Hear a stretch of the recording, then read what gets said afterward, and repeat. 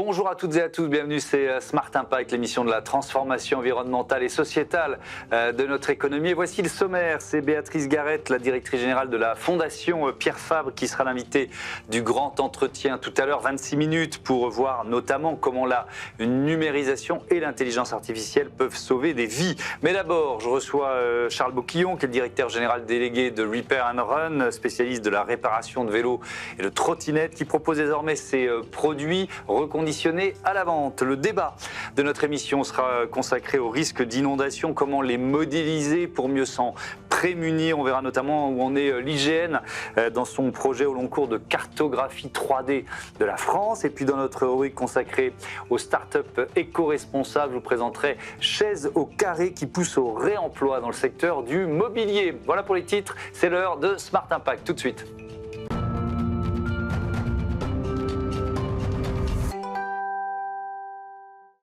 L'invité de Smart Impact, c'est Charles Boquillon. Bonjour. Bonjour. Bienvenue. Vous êtes le directeur général délégué de Repair and Run, qui a été créé en 2017. C'est quoi l'origine, l'étincelle à l'origine du projet ? Alors le besoin grandissant d'entretien et de réparation de vélos. À l'origine, l'idée était de venir réparer chez les clients ou au pied de leur domicile les vélos. Et puis progressivement, le modèle a évolué vers des boutiques ateliers, notamment du fait de la complexité des produits avec l'avènement du vélo électrique. On a privilégié un modèle de boutique plutôt que d'itinérance. Oui, donc le côté on va chez le client, ça c'est oublié. C'est combien d'ateliers aujourd'hui Aujourd'hui, on a une quinzaine de boutiques ateliers en France. Ouais. Et on prévoit d'en ouvrir dans les prochaines années 5 à 10 tous les ans. 5 à 10 tous les gens sur un modèle de franchise ?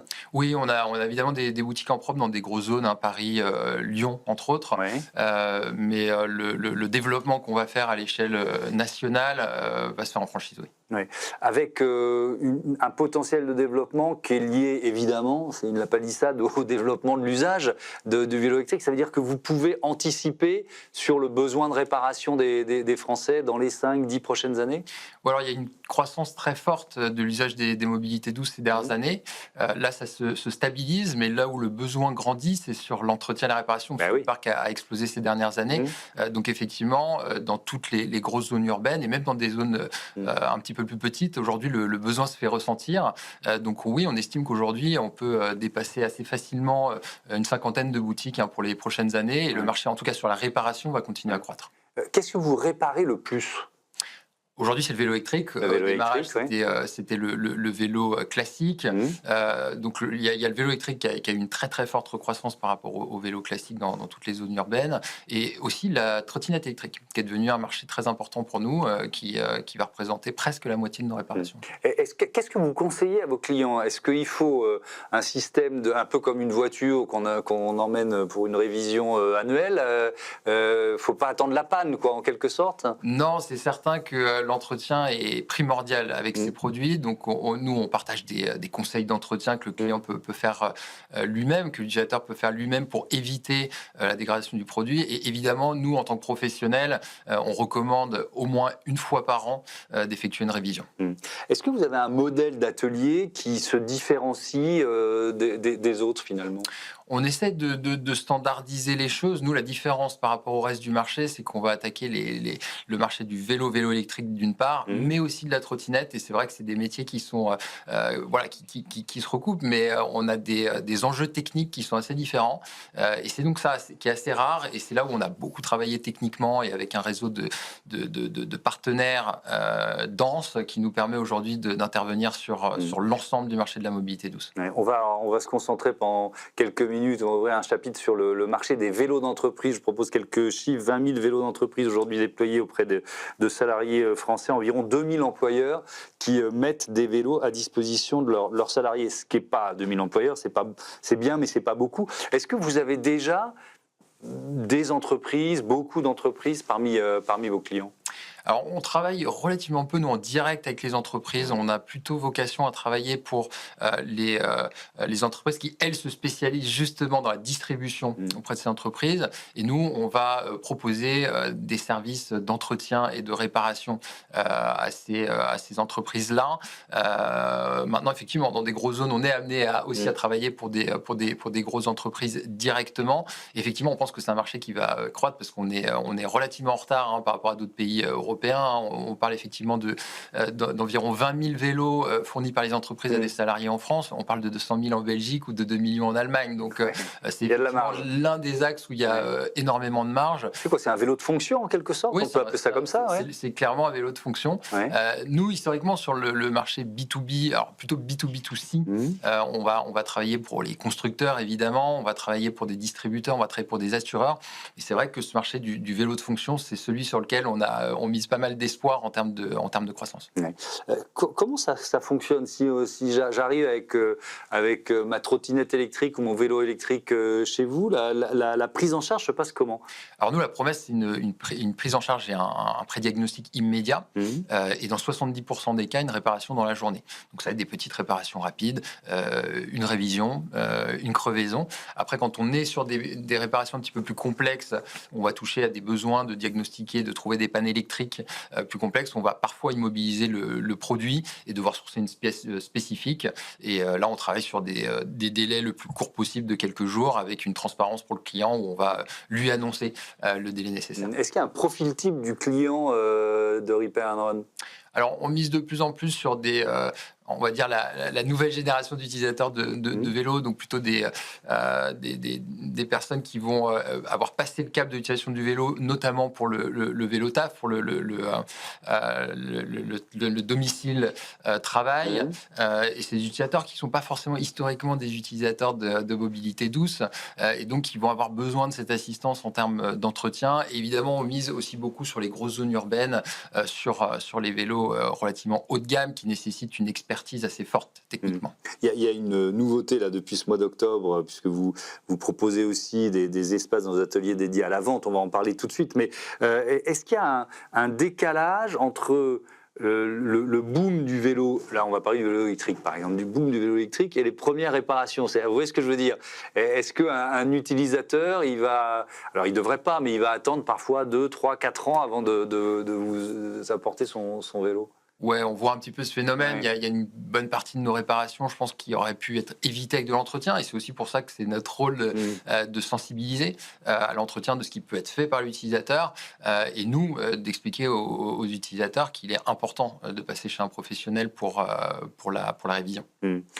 Donc cette offre-là, depuis le début de ce mois d'octobre, Repair & Run Partners Experience, voilà comment vous l'avez nommé, c'est quoi? C'est dans vos ateliers, vous avez créé un nouvel espace, c'est quoi l'idée? Alors l'idée, c'est que dans les grosses zones urbaines, Paris, là en premier lieu, qu'on vient d'ouvrir, mais on va aussi le développer à Lyon, à Bordeaux ou encore à Lille. Le concept, c'est de dire que dans ces zones-là, il y a un besoin fort de renouvellement, et nous, on est confrontés à un certain nombre de clients qui se posent la question de renouveler leurs produits pour différentes raisons. Un produit qui commence à être un peu ancien, ou parce que le trajet domicile-travail s'est allongé, par exemple, et il a besoin d'un produit qui est plus adapté pour avoir plus de confort. Et donc, dans ce cadre-là, nous, on propose dorénavant à ces clients-là de découvrir une gamme de produits et de lui reprendre son ancien matériel. Donc, c'est vraiment dans une logique d'aller plus loin que simplement la réparation pour créer une économie circulaire autour de l'usage des mobilités douces. Donc, on va principalement proposer de la reprise, une proposition d'un produit reconditionné, et à défaut, selon les besoins du client, on a des marques partenaires qui nous permettent de proposer des produits neufs. C'est-à-dire que le marché, il est suffisamment mature pour avoir une offre d'occasion suffisamment importante? Ouais, il est en pleine explosion. On a un parc là qui a vraiment explosé depuis quelques années, et on commence à arriver dans un marché de renouvellement où effectivement il y a beaucoup de produits qui ont été achetés ces 5 dernières années qui vont arriver sur le marché de la seconde vie. Et donc nous, on veut proposer à ces clients, dans le cadre d'un renouvellement, de nous confier la reprise de leurs produits pour qu'on les remette sur le marché, notamment avec un reconditionnement et une remise sur le marché local. Est-ce qu'un vélo électrique d'il y a 5 ans, notamment, on va parler peut-être de sa batterie, est-ce qu'il est un peu obsolète ou est-ce qu'il peut effectivement, après, être passé par vos ateliers, avoir une belle seconde vie d'une certaine façon? Non, on a des durées de vie qui peuvent aller largement au-dessus de ça. Effectivement, la batterie est un gros sujet. Donc, il y a des enjeux aujourd'hui, au-delà des remplacements de batterie, de les reconditionner pour pouvoir allonger leur durée de vie sans avoir besoin de les remplacer. Donc, non, on peut prolonger largement la durée. Mais c'est un secteur où on innove ou pas tant que ça? Est-ce que les vélos électriques qui sortent aujourd'hui, ils sont très différents de ceux qui sortaient il y a 5 ans? Il y a des évolutions, on n'est pas sur des grosses ruptures technologiques pour l'instant. On en attend peut-être quelques-unes pour les prochaines années. Il y a effectivement des acteurs qui réfléchissent à comment optimiser ce sujet de la batterie, qui est un enjeu écologique, qui est aussi un enjeu au niveau fonctionnel, parce que c'est effectivement quelque chose qui pèse. Il y a toute une réflexion autour de ça. Mais là, je dirais plutôt qu'il y a des évolutions technologiques plutôt que des ruptures pour l'instant. Comment vous imaginez le développement de Repair & Run dans les 5 prochaines années? Donc il y a la franchise dont vous parliez, vous pourriez exister ailleurs qu'en France aussi? Oui, alors déjà on fait évoluer un petit peu le modèle, on va évoluer d'un modèle exclusivement de réparation à un modèle de reprise et de redistribution. Ensuite, on s'est développé beaucoup en propre au démarrage. Là, effectivement, pour la suite du développement en France, on va se concentrer sur de la franchise et on va ambitionner dans les prochaines années, effectivement, l'ouverture de Repair & Run dans d'autres pays européens. Merci beaucoup Charles Boquillon et à bientôt sur Be Smart for Change. On passe à notre débat, comment cartographier les risques, notamment les risques d'inondation.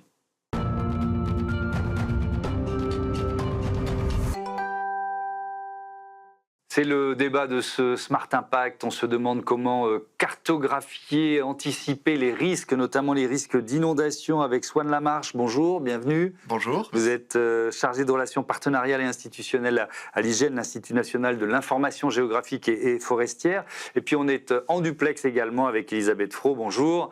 Vous êtes la directrice du CIMSAGEB, syndicat mixte pour le schéma d'aménagement et de gestion des eaux du Boulonnais.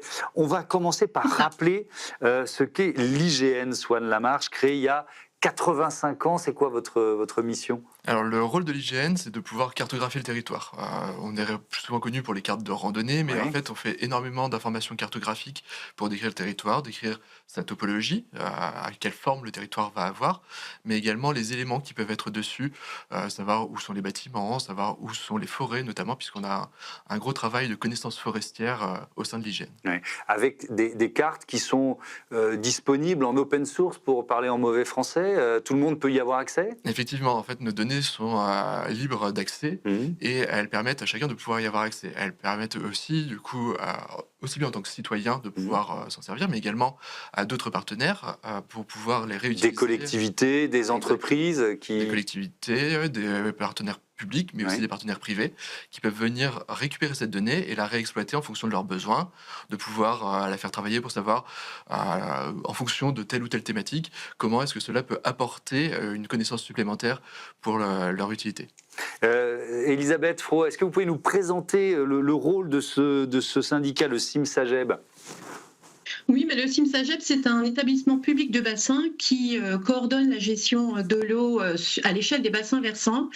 Nous, on est sur un territoire qui fait environ 700 km². On regroupe 6 intercommunalités sur le territoire. On a environ 172 000 habitants. On travaille avec 81 communes et la ville principale est bien sûr Boulogne-sur-Mer. Le territoire est situé au cœur du parc naturel régional des Caps et Marais d'Opale et on est en partie sur le grand site de France. On a des paysages incroyable et une vue sur l'Angleterre également. Oui, c'est vrai que les paysages sont sublimes pour avoir eu la chance d'y aller il n'y a pas si longtemps que ça. On peut conseiller à toutes celles et ceux qui nous regardent d'aller dans cette région. On va parler ensemble, parce que ça fait aussi partie de la réalité, du risque d'inondation. Premier risque naturel en France, si on regarde ces données, ces chiffres, un Français sur 4 exposé à l'aléa inondation, et près de 11 000 communes qui sont aujourd'hui couvertes par un plan de prévention des risques d'inondation. Comment ils évoluent ces chiffres? Est-ce qu'il y a de plus en plus d'inondations en France, de zones potentiellement inondables en France ou pas, Swan Lamarche? Alors, peut-être pour rappeler que cette politique de prévention des inondations, elle se fait avec de multiples acteurs. L'IGN prend sa part dans la description du territoire, mais on a également les services centraux et déconcentrés du ministère de l'écologie, les opérateurs de l'État tels que Météo France ou le CEREMA, et également les collectivités qui travaillent dessus. Aujourd'hui, il faut savoir que vous avez cité le site de 11 000 communes concernées par un plan de prévention des risques inondation. Aujourd'hui, toutes les communes qui sont exposées à un risque d'inondation n'ont pas encore été pleinement couvertes par ce dispositif-là. On voit également des dispositifs de programmes d'action de prévention des inondations portés par les collectivités. Et en fait, c'est des chiffres qui, du coup, ont tendance à augmenter de fait parce qu'on continue de travailler en tant que service de l'État à la connaissance de ce phénomène pour pouvoir couvrir les zones. Et puis, de l'autre côté, on a les premiers effets du réchauffement climatique qui se font sentir. On voit que certaines zones qui, auparavant, étaient peut-être moins exposées, le sont ou vont le devenir. Et donc ça, c'est aussi notre devoir de pouvoir travailler là-dessus et d'apporter de la connaissance objective sur ces phénomènes. Est-ce que, Elisabeth Frot, le territoire du Boulonnais, cette zone que vous nous avez décrite, qui est si belle, elle est particulièrement sensible au risque d'inondation? Il y a eu malheureusement des exemples récents. Oui, du fait de la configuration géologique du territoire, de la topographie qui est marquée, le bassin côtier du Boulonnais présente une forte densité de cours d'eau. Donc pendant les fortes pluies, ces cours d'eau adoptent un régime torrentiel et on a très rapidement des crues qui impactent plusieurs centaines d'hectares, que ce soit des habitations, des entreprises, mais aussi des milieux naturels. Et pour illustrer ces propos, en 40 ans, on a recensé environ 500 arrêtés de catastrophes naturelles sur le territoire et on a 400 habitations qui sont situées en zone à risque élevé dans les PPRI de la Liane et du Vimereux. Alors oui, bien sûr, avec les inondations de 2023, c'était aussi des pluies exceptionnelles qui se sont abattues sur le territoire, près de 450 mm de façon très répétitive, avec des sols très saturés qui ont provoqué une crue centenale. Ces plans de prévention là, des risques, il y a ça, les plans de prévention, et aussi le programme d'action de prévention des inondations, le PAPI. Comment vous les utilisez localement, Elisabeth Frot? Alors nous, le plan de prévention des risques d'inondation, le PPRI, ce sont des documents réglementaires qui sont élaborés par les services de l'État et qui permettent de cadrer l'aménagement du territoire. Donc c'est un outil indispensable pour la prévention des inondations. Ces cartes PPRI élaborent des zones à enjeu, donc que ce soit rouge ou bleu, enjeu élevé, qui conditionnent la constructibilité du territoire ou l'adaptation aussi du bâti sur ces zones-là. Nous, on travaille directement avec le PAPI, qui est un programme d'action de prévention des inondations. Il correspond à une approche globale, puisqu'on prend tout le bassin versant du territoire et on réduit les impacts. Alors, on a plusieurs axes qui agissent sur le PAPI, que ce soit la connaissance du risque, la sensibilisation, la surveillance des crues, le système d'alerte aussi. On aide aussi les communes à s'organiser pour la réponse à apporter en cas de crise via notamment les plans communaux de sauvegarde. Et puis, on encourage l'urbanisation plus responsable. On soutient aussi des actions pour réduire la vulnérabilité du bâti. Et puis aussi, via des modélisations, etc., on travaille à ralentir les écoulements, à freiner via des solutions fondées sur la nature, telles que des haies, des fascines, ou des aménagements un peu plus structurants. Alors, vous parliez de modélisation, justement. Je reviens vers vous, Swan Lamarche, parce qu'il y a, je crois que c'est depuis 2021, c'est ça, il y a une cartographie 3D de la France qui est en cours, hein. Elle n'est pas terminée. C'est un projet qui va durer jusqu'à quand? Alors, c'est effectivement un projet qui va durer jusqu'à 2027 normalement. Oui. L'objectif de ce projet, c'est de pouvoir cartographier effectivement en 3D la France. En fait, on a des avions qui vont sillonner le ciel de la France avec un capteur laser. Oui. Et en connaissant le positionnement de l'avion en chaque seconde, on va avoir un certain nombre d'informations sur le sol. Alors, il faut savoir qu'on a une dizaine d'informations par mètre carré sur le positionnement, une dizaine de points. Qui nous permettent après de pouvoir cartographier ce territoire en 3 dimensions et de faire ce qu'on va appeler des modèles numériques de terrain ou des modèles numériques de surface. Et en fait, ces modèles numériques, ce sont les éléments nécessaires pour pouvoir après faire de la simulation d'inondation qui vont être faits par d'autres acteurs, mais qui vont servir notamment pour la connaissance dans le cadre des plans de prévention des risques, dans le cadre des programmes d'action de prévention des inondations. Et nous, notre travail, justement, c'est de pouvoir décrire ce territoire pour permettre après au territoire de se préparer, d'estimer quel est le risque. Qu'est-ce que ça apporte par une carte 3D? Je peux l'imaginer, mais je veux bien que vous détailliez ça, hein. Qu'est-ce que ça apporte, une carte 3D, par rapport à une carte traditionnelle? En matière, restons sur notre thème de prévention du risque d'inondation. Alors, il faut savoir que la carte 3D, on en fait déjà depuis plus d'une dizaine d'années. Ce que va apporter ce programme, c'est plusieurs choses. La première, c'est une précision accrue et une actualité. C'est-à-dire qu'on va être plus précis sur comment notre territoire est constitué. La deuxième chose, c'est une information à l'échelle de la France entière. C'est la première fois qu'on fait ça. Avant, on le faisait sur certains territoires ciblés justement pour les risques d'inondation. Là, on va le faire sur l'ensemble du territoire et donc du coup, on va pouvoir après travailler à cette échelle-là. On va pouvoir aller chercher les axes de ruissellement, on va pouvoir aller chercher les zones basses et en fait de savoir où sont les zones qui sont les plus basses, ça va permettre de savoir quand une rivière déborde, par exemple, où est-ce que cette eau va se répartir sur le territoire. Ça, c'est quelque chose qui est absolument nécessaire pour pouvoir, comme le disait Madame Fro, après aider à la compréhension de ces phénomènes. Est-ce que c'est une connaissance qu'on a un peu perdue parfois avec l'urbanisation? Vous voyez ce que je veux dire? C'est-à-dire que le développement des villes finit par masquer la topographie des lieux. Effectivement, en fait, le développement des villes va avoir pour impact de changer la topographie. On va penser à la construction de nouveaux bâtiments, on va penser à la construction de digues, etc. Et donc, ça nécessite pour cela une actualisation de la donnée. Des données qui étaient vraies il y a 10 ou 15 ans, aujourd'hui, elles présentent des défauts par rapport à la réalité. Et donc, du coup, le fait de pouvoir faire cette cartographie régulièrement et là, de pouvoir la mettre à jour, ça permet justement d'apporter cette information. Cette notion de ruissellement, je veux bien vous entendre là-dessus, Elisabeth Fro, parce que évidemment la problématique, la question du ruissellement est de plus en plus importante avec des inondations qui vont se retrouver dans des zones très localisées. Comment vous l'appréhendez, cette notion de ruissellement?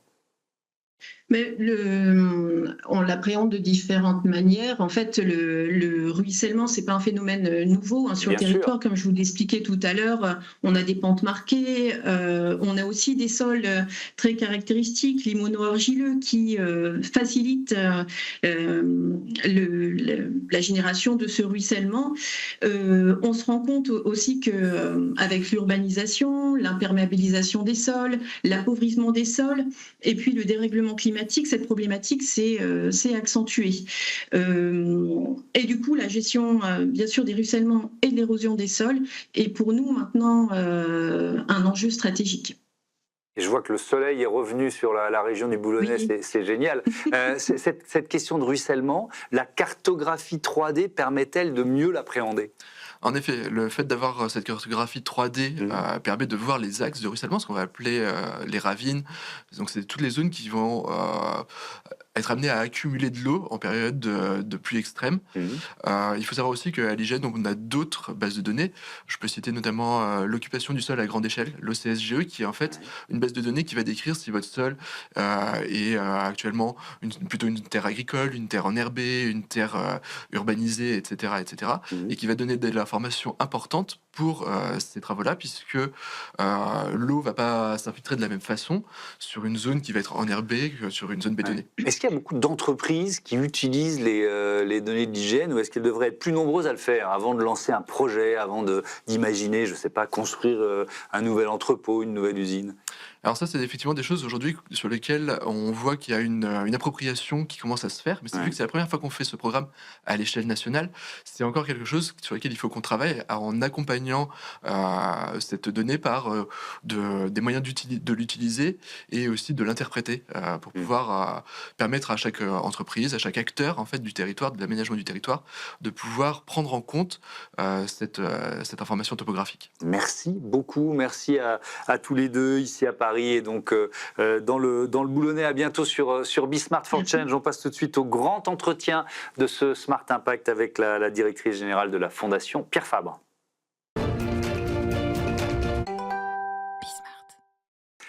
Prêt pour l'impact? C'est la question que je pose chaque jour à une personnalité qui compte dans notre économie et je reçois aujourd'hui Béatrice Garrett. Bonjour. Bonjour. Heureux de vous accueillir. Bienvenue. Vous êtes la directrice générale de la Fondation Pierre Fabre que vous allez nous présenter tout de suite. C'est quoi la Fondation Pierre Fabre? Quel lien avec le groupe? Alors la Fondation Pierre Fabre, c'est une fondation d'utilité publique dont la mission est d'améliorer l'accès aux soins et aux médicaments de qualité pour les populations défavorisées dans les pays... Voilà, les pays pauvres ou les pays en crise. Et la particularité, effectivement, c'est que cette fondation d'utilité publique est en même temps l'actionnaire des laboratoires Pierre Fabre à 86%, aux côtés des salariés du groupe qui sont à 10% également. Qu'est-ce que ça change, ça? Ça change que, alors, en France, cette possibilité d'une fondation d'utilité publique de posséder un groupe industriel et commercial, elle est liée à des contraintes très fortes qui sont qu'effectivement, la fondation, bien que l'actionnaire, ne veut pas diriger le groupe. Elle doit se consacrer uniquement à sa mission humanitaire. Mais évidemment, du fait de cet actionnariat, elle a des moyens durable de financer ces actions, puisque évidemment les bénéfices du groupe Pierre Fabre vont aller majoritairement pour évidemment développer l'entreprise, qui est sur un secteur très fortement concurrentiel, mais une partie de ces bénéfices, de la création de richesses, elle va aller à la Fondation Pierre Fabre pour essayer de lutter contre les inégalités d'accès aux soins dans les pays les plus pauvres. D'accord, ça pérennise la Fondation d'une certaine façon, ça l'inscrit dans le marbre, quoi. On pourrait presque dire ça comme ça. On peut dire ça, ça donne aussi énormément de sens au travail des 10 000 collaborateurs du groupe Pierre Fabre, qui savent qu'effectivement, in fine, cette création de richesse, elle va participer justement à des actions humanitaires. Et dans combien de pays, d'ailleurs, aujourd'hui, le périmètre d'action, d'intervention de la Fondation, c'est quoi? Alors, on est dans une vingtaine de pays, essentiellement en Afrique subsaharienne, en Asie du Sud-Est, au Liban aussi, compte tenu du contexte de crise qui s'est vraiment amplifié depuis 2019, et elle également en Haïti, où on a un programme là pour la drépanocytose. Est-ce que il y a des... Comment je peux vous poser la question?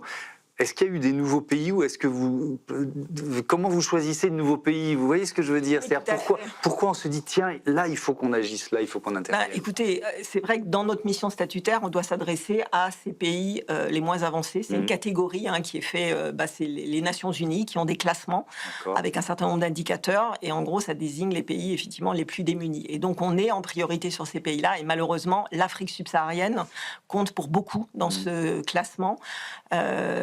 On a aussi, évidemment, parce qu'on est une entreprise française et une fondation française, eu disons, culturellement, on est aussi proche des pays francophones en Afrique. Donc, on a beaucoup développé aussi dans le Sahel. Compte tenu aussi de la situation actuellement, on a décidé aussi de déployer dans d'autres pays parce que aussi nos solutions sont appropriées pour d'autres pays. Donc, par exemple, là, on développe un nouveau programme en Tanzanie et au Kenya, ce qui est assez nouveau.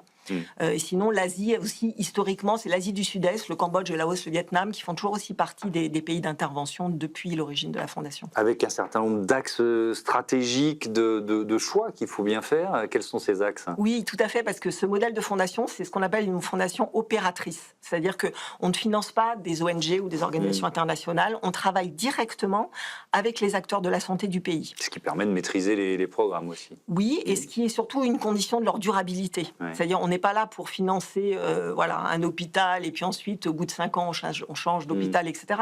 Enfin, je crois que plus personne ne veut travailler dans ce type de modèle. On essaye que ça soit durable. Donc, on travaille avec les ministères de la Santé, enfin, en coordination avec eux. Mais on travaille avec des universités, avec des hôpitaux, avec des sociétés savantes de médecins, des associations aussi, par exemple, de patients ou des organisations de la société civile pour renforcer, en fait, ces acteurs du pays afin qu'eux-mêmes s'emparent et développent, et on co-construit avec eux les programmes. Ce ne sont pas des programmes extérieurs. Oui. On co-construit avec eux et on leur apporte une aide financière et technique pour développer sur le long terme ces projets. Alors évidemment, on parle de maladies, mais pas seulement, d'une certaine façon, ça va au-delà de la prise en charge des malades ? Alors, pour être, disons, opérateur, il faut développer des expertises précises. Oui. Donc, on a depuis 25 ans développé un certain nombre d'expertises qui sont liées à des problèmes importants, souvent sous-adressés. Je prends historiquement le problème des médicaments de mauvaise qualité, soit des médicaments falsifiés, soit sous standard. C'est un véritable fléau. Oui. On considère, l'OMS considère qu'il y a un médicament sur 3 en Afrique subsaharienne qui est de mauvaise qualité. Dans certains pays comme la Centrafrique, je peux vous assurer que 80% des médicaments sont de mauvaise qualité. Il n'y a plus de circuit officiel de distribution des médicaments. Donc en fait, c'est des ONG qui utilisent des plateformes internationales pour faire rentrer du médicament à peu près de bonne qualité. Et donc dans ce domaine-là, on a vraiment développé des programmes pour donner au pays les compétences pour avoir ces bons médicaments. Donc on forme des pharmaciens, on forme des spécialistes qui vont aller pas seulement dans les officines, mais aussi dans les ministères et dans toutes les agences pour pouvoir organiser ça. Ça, c'est un exemple. Après, on a choisi aussi des pathologies négligées très importantes comme la drépanocytose, dont peut-être vous avez entendu parler aussi. Alors, c'est quoi la drépanocytose ? C'est la première maladie génétique aussi en France. Et c'est la première maladie génétique au monde. Et ça touche particulièrement l'Afrique subsaharienne. C'est une mutation de l'hémoglobine. Donc, c'est une maladie qui se transmet génétiquement. Autosomique récessive, comme on dit, c'est-à-dire si vous pouvez être porteur de la maladie et pas être malade, mais vous êtes transmetteur. Et donc 2 parents qui sont porteurs mais pas malades ont une chance sur 4 en fait d'avoir un enfant qui est malade. Et cette mutation, quand vous avez les 2 gènes mutés, le problème c'est que vos globules rouges ne sont pas normaux. Ils vont mourir très vite, donc vous serez anémié et surtout ils vont prendre une forme de fossile. Ils vont se bloquer dans les petits vaisseaux capillaires et donc empêcher l'oxygène d'oxygéner les tissus, d'aller dans tous les tissus. Donc vous avez créé une expertise dans ce domaine et vous la diffusez, c'est ce que je comprends, on est dans la même logique. Tout à fait. Depuis 15 ans, alors on travaille avec énormément de spécialistes français et internationaux sur les domaines auxquels on s'adresse, donc des hématologues, des pédiatres, et on travaille avec les pays, donc à la fois pour sur le terrain avoir une action, donc par exemple équiper des hôpitaux, former les personnels de santé, ça c'est très important, sensibiliser la population cible, c'est très compliqué à comprendre. C'est une maladie qu'on ne peut pas guérir mais qu'on peut gérer et qui aussi fait l'objet de tas de croyances néfastes. Donc aussi, il faut éduquer la population. Et on travaille avec les gouvernements pour qu'ils mettent en place des politiques de santé spécifiques. Voilà, c'est essayer d'avoir un petit peu toute la pyramide. Ouais. Alors, dans cette émission, on parle évidemment beaucoup et souvent de dérèglement, de réchauffement climatique, des conséquences économiques de ce dérèglement et des conséquences sanitaires. Est-ce que vous faites le lien entre dérèglement climatique et enjeux de santé ? Forcément, parce que le dérèglement climatique va amplifier les crises. Des crises, ça veut dire des déplacements de population. Quand vous déplacez des populations, vous les coupez de leurs moyens économiques de survie. Vous favorisez bien évidemment les épidémies. Vous empêchez encore plus l'accès aux soins. Donc ça, c'est évident qu'il va y avoir un risque. Je pense aussi qu'il y a certaines régions du monde qui vont être invivables. Donc, c'est sûr que les gens partiront. Comment est-ce qu'ils pourront être pris en charge ? Et puis, il y a, je pense, directement aussi des liens entre la pollution et l'état de santé des gens, notamment sur les maladies respiratoires. Donc on ne fait pas assez d'études sur le lien entre la pollution et l'état de santé, notamment les maladies respiratoires des populations. Puis j'ai un autre exemple aussi assez frappant, c'est qu'on travaille justement dans le domaine de l'accès aux soins dermatologiques des populations. Alors, en particulier en Afrique du Sud, en Afrique subsaharienne, pardon, parce qu'il y a très très peu de spécialistes. Enfin, c'est une moyenne qui ne veut pas dire grand-chose, mais il y a à peu près un dermatologue pour 1 million d'habitants. Donc vous imaginez, l'accès au diagnostic, il est quasi inexistant. Donc là, on a des programmes pour ça, pour essayer avec la délégation de tâches, pour former les agents de première santé au moins pour prendre les maladies simples. Et on a découvert, c'est-à-dire qu'on s'est attaché depuis 7-8 ans à une population particulièrement vulnérable, c'est les personnes atteintes d'albinisme, qui n'ont aucune protection contre les rayons du soleil. Dans un continent avec l'ensoleillement maximum. Et cet ensoleillement, il va continuer, et si on n'a pas des mesures d'adaptation, si on ne crée pas justement de la reforestation, de l'ombre, si on n'aménage pas les villes, les cités pour protéger les gens du rayon de soleil, ces populations, elles vont encore plus souffrir.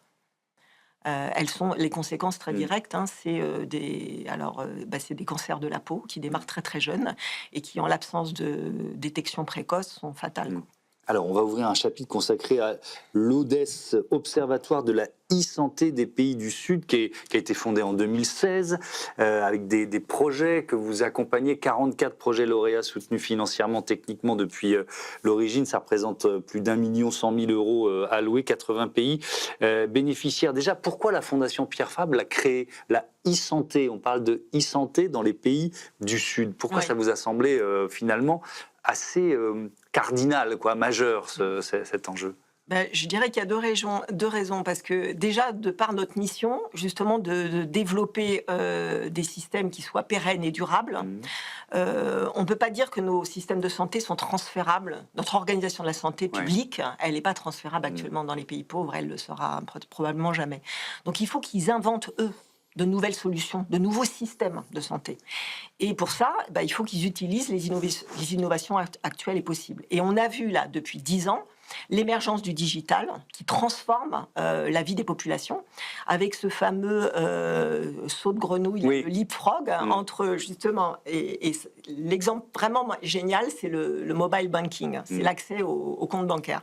Vous avez des populations qui n'avaient jamais passé le seuil d'une banque, qui ne connaissaient pas ça, et qui tout d'un coup vont avoir un compte bancaire sur le mobile. Et c'est grâce à ça qu'ils ne passent pas par le système traditionnel. Et la même chose pour le téléphone. Bien sûr, pour le téléphone. On peut faire la même chose pour la santé. C'est-à-dire ce que je comprends, ou en tout cas c'est l'ambition, se dire on ne peut pas dupliquer les systèmes de santé des pays occidentaux. Peut-être que la e-santé peut permettre d'accélérer. Alors pas, je dirais... il faut des médecins, il faut des infirmiers, il faut des hôpitaux, etc.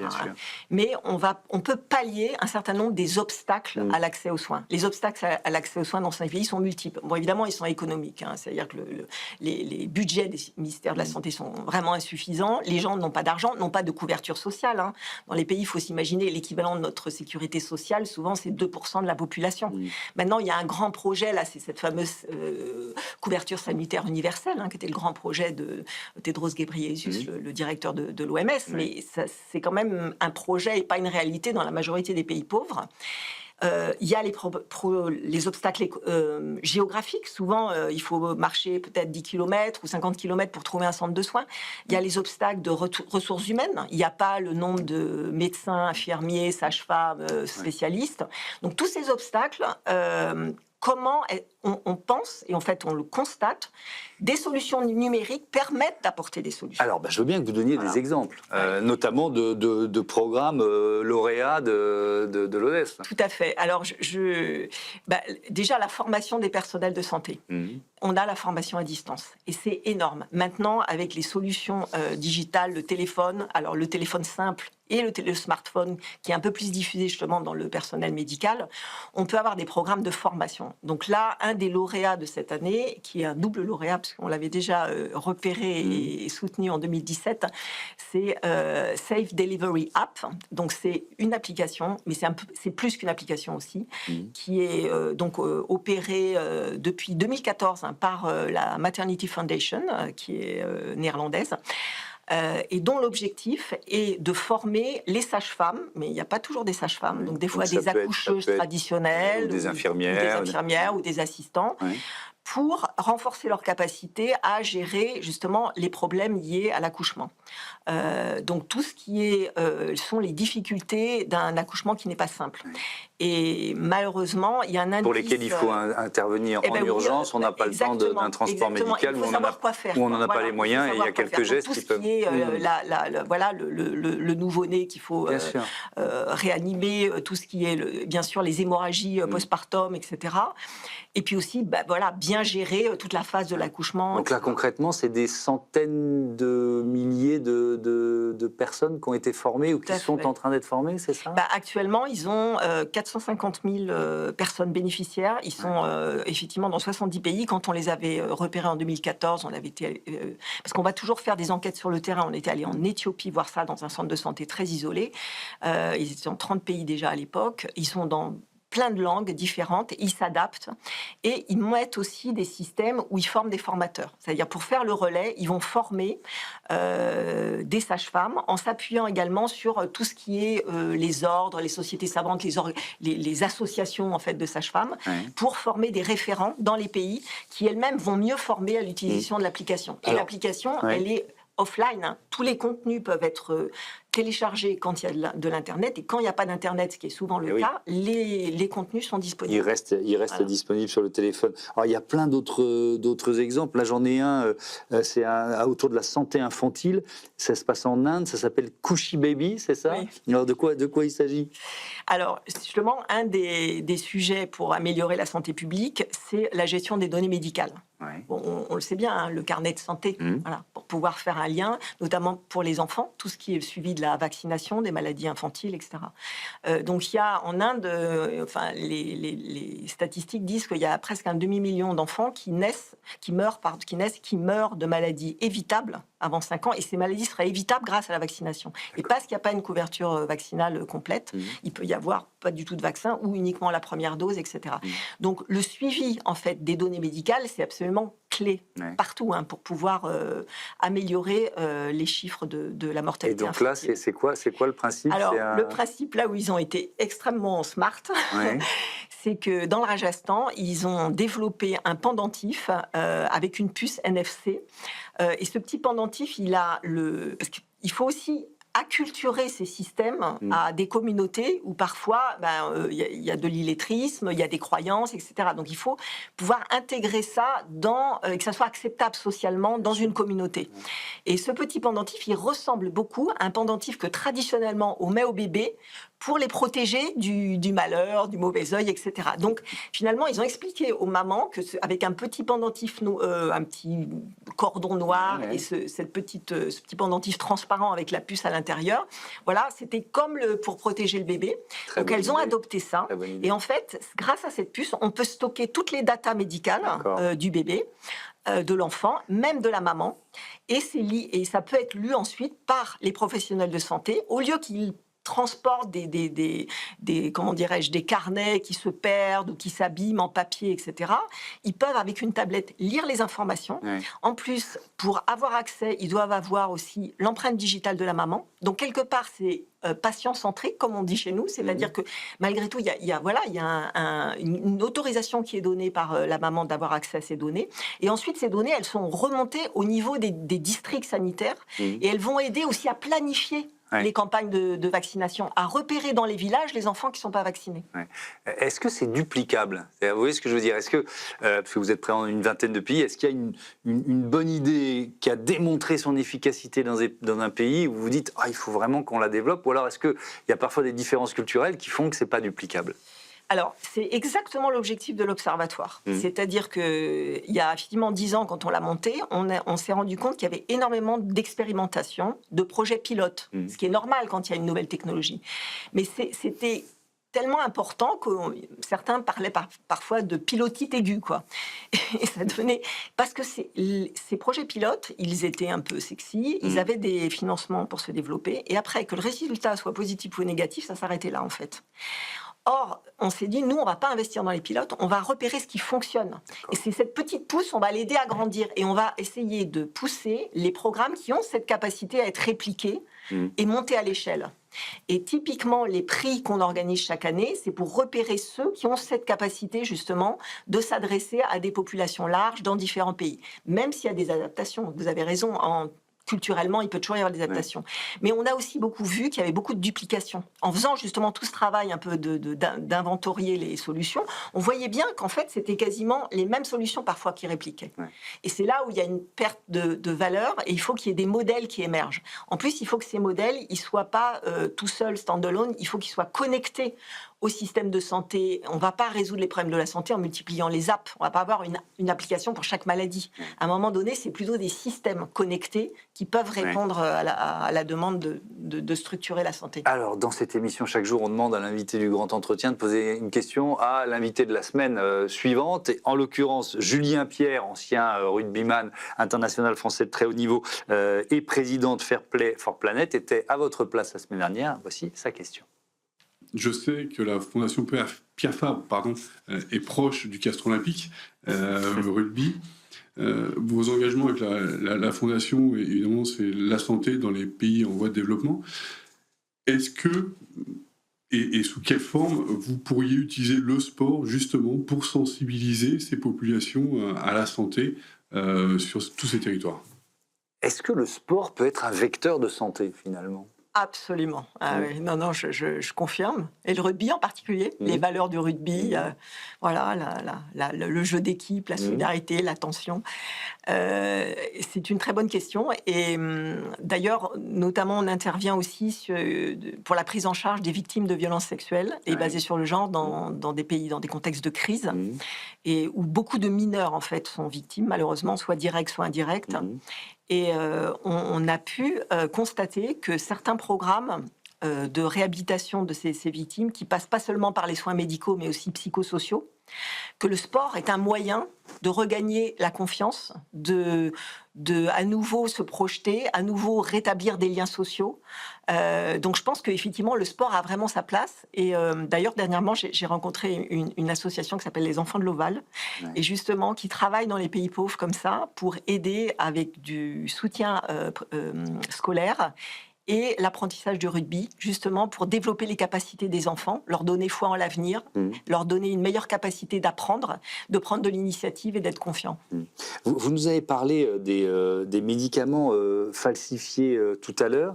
En préparant l'émission, je ne sais plus quel chiffre vous avez donné tout à l'heure, mais en préparant l'émission, on a trouvé un médicament sur 3 de mauvaise qualité dans ces pays dont on parle. Mais alors, ça s'explique comment ? C'est quoi? C'est parce que parce que le système de santé est déficient. C'est parce que y a des trafics. Comment ça s'explique en fait? Mais c'est un trafic bien pire que le trafic de drogue. Comment c'est 200 fois plus lucratif que le trafic de drogue. Donc c'est épouvantable. Malheureusement, il y a des endroits du monde, on le sait, la Chine, l'Inde, malheureusement, où il y a des usines entières qui fabriquent du faux médicament. Ou du médicament sous standard, c'est-à-dire que vous pouvez par exemple dans un médicament avoir un principe actif qui est correctement dosé pour l'exportation dans les pays du Nord, et le même médicament où on va diviser par 2 le principe actif, et ça va aller dans les pays pauvres. Et donc tout le problème, c'est d'avoir toute la chaîne du médicament pour contrôler à la fois aux frontières, mais aussi avec tous les organismes de régulation, etc., et pour acheter le bon médicament. Donc, et malheureusement, les systèmes sont déficients. Un autre problème aussi, c'est la situation économique des populations. C'est-à-dire qu'un certain nombre de personnes sont conscientes qu'en achetant qu'il y a un cerise sur les médicaments, mais le médicament dans la pharmacie, d'abord, il n'y en a pas assez. Souvent, elles sont dans les grandes villes. Le médicament dans la pharmacie ne va être pas accessible financièrement à une partie de la population, qui du coup va se tourner vers des médicaments qu'on va aller trouver dans des marchés informels. Souvent, le médicament, il est déconditionné. C'est-à-dire, vous allez avoir un grand pot avec les cachets rouges, un pot avec les cachets jaunes, et le vendeur va expliquer que le cachet rouge, c'est pour l'un, etc. Et donc, ça veut dire que on sait qu'on achète un médicament qui est de mauvaise qualité, mais on n'a pas le choix, en fait. On n'a pas les moyens. Donc, tout votre travail, c'est de casser cette logique-là. Il y a une partie de ça, et tout notre travail, c'est de donner au pays, notamment, les ressources humaines pour lutter contre ce mauvais médicament et faire du bon médicament. Donc, par exemple, on travaille beaucoup sur former des spécialistes du contrôle qualité du médicament. Et de façon à ce qu'ils mettent, certains nombre de pays ont mis en place des laboratoires nationaux de contrôle de la qualité, mais encore faut-il qu'ils aient les personnels pour le faire. Et puis il faut créer des inspecteurs, il faut faire des prélèvements, et il faut la volonté politique pour agir contre ça. Nous, on travaille aussi en recherche là pour essayer de trouver des dispositifs qui permettraient de détecter le faux médicament de façon décentralisée. Parce que si tout doit passer par un laboratoire central, vous imaginez bien, c'est compliqué. Dans l'idéal, et là on travaille actuellement pour tester la technologie proche infrarouge avec des systèmes portables. Dans l'idéal, pour l'instant on en est très loin de là, on est sur des programmes de recherche, mais si on avait un appareil qui, sur le terrain, permette d'analyser rapidement la composition d'un médicament avec, disons, une courbe qui est comparée à une courbe normative dans le cloud et qui vous dit est-ce que le principe actif est présent ou pas présent, vous voyez, ça serait vraiment un facteur de changement absolument massif, quoi. Donc on essaye de travailler avec différentes institutions pour essayer d'équiper les pays sur cette détection. Après, je pense qu'il faut aussi de la sensibilisation auprès de la population. Je voudrais qu'on termine, il nous reste 2 minutes, sur l'état des lieux, c'est-à-dire sur les financements internationaux en matière de santé. On a vu, à l'arrivée de Donald Trump à la Maison-Blanche, qu'il a sabré dans les dépenses liées au développement, d'aide au développement. Est-ce que vous en voyez l'effet ? Est-ce qu'il y a un effet ricochet sur les dépenses de santé ? Il y a un effet très, très net. C'est-à-dire que c'est des pans entiers de la santé publique qui étaient pris en charge, après on peut trouver que c'est bien ou pas bien, mais qui étaient pris en charge par ces financements et qui disparaissent d'un jour à l'autre. Donc c'est de la vaccination, c'est l'accès au planning familial pour les femmes, c'est un accouchement sécurisé, c'est la prise en charge des personnes atteintes de VIH-Sida, et tout ça est massivement disparaît. C'est très problématique. Alors nous, même si on n'est pas sur ces dispositifs-là, vous voyez, on travaille avec des hôpitaux. Mettons qu'on on a un programme sur la drépanocytose, mais à côté de ça, on dépend quand même de l'organisation des soins. Où par exemple, on fait notamment du dépistage néonatal des enfants atteints de drépanocytose. Mais si l'hôpital n'a plus les moyens de donner un accouchement sûr, de pouvoir donner les médicaments de base, etc., évidemment, nos programmes aussi vont en souffrir. Et on se retrouve avec effectivement des besoins à essayer de couvrir plus importants. Et puis malheureusement, c'est que l'aide, l'USAID s'est complètement arrêtée, mais il y a eu un mouvement quand même global de baisse des financements pour l'aide internationale. C'est de l'ordre de moins 40%, y compris en France. Donc il faut comprendre que cet argent-là, c'est de l'argent hyper utile. C'est-à-dire que voilà, on a une seule planète. On peut pas non plus, on va pas pouvoir vivre avec des écarts comme ça dans l'accès aux soins et l'accès à la santé. C'est un droit humain aussi épouvantable. Donc là, du coup, le plaidoyer, c'est évidemment, s'il y a moins d'argent, il faut vraiment réfléchir à la façon dont on finance les dispositifs, et il faut aller vers des dispositifs un maximum durables. Et il faut renforcer les systèmes de santé. On ne peut pas simplement agir maladie par maladie, il faut renforcer les systèmes de santé des pays. Merci beaucoup, Béatrice Garrett, et c'était passionnant. Et à bientôt sur Be Smart for Change. On passe tout de suite à notre rubrique Startup.